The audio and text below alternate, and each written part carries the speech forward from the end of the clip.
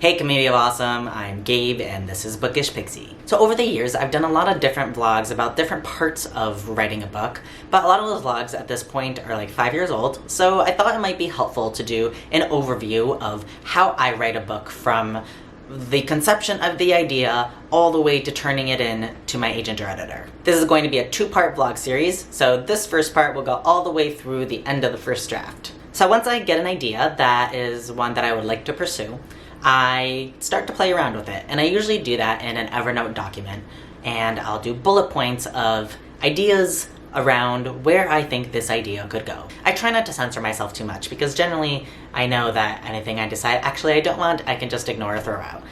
This is more meant to be kind of like an idea generation phase. And generally these bullet points are really disjointed, you know, so I'll say like, this is a YA idea, it's a fantasy, it might have magic, maybe it'll have this kind of magic, or maybe instead it'll have this other kind of magic.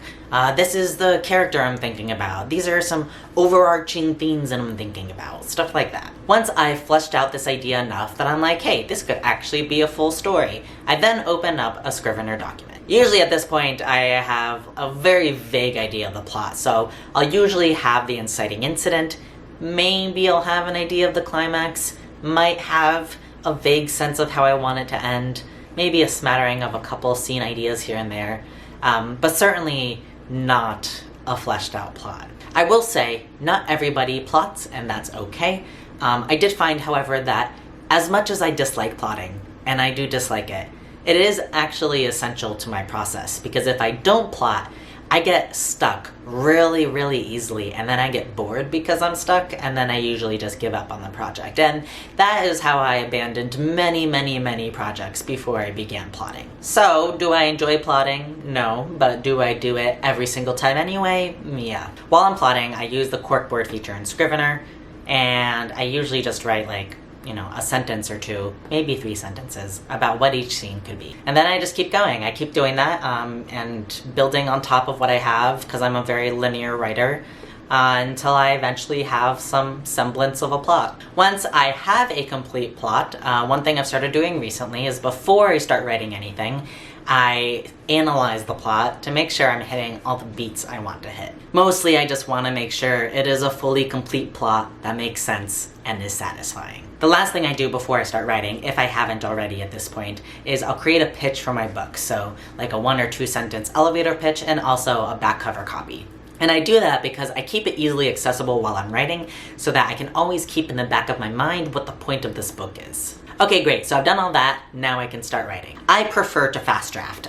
There was a time before I had a full-time job and before I paid my own bills that I would write like 2,000 words a day, every single day, and finish a manuscript in like 3 to 5 weeks, which was nice. That said, I do not have that kind of output anymore because I don't have the time nor energy to do that. However, it is totally okay if you don't have that kind of output.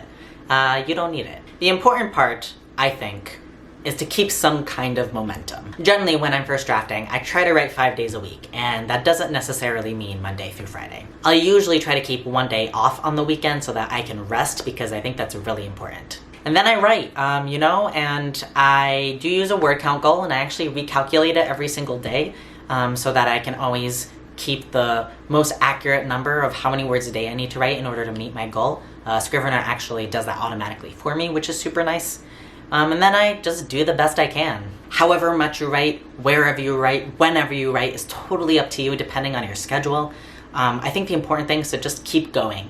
You know, taking a day break is fine and encouraged because burnout is real, but you know, taking a week break, at least for me, would make it a lot harder for me to get back into writing. So I try to keep writing as much as possible. I'm trying not to take more than like a day or 2 off at a time. But that said, that's what works for me. And it may not be what works for you. And that's okay. And that is how I come up with an idea, flesh it out, plot it, and write a first draft. So that's what I got for today. If you liked what you saw, don't forget to subscribe and comment, and I'll see you all soon.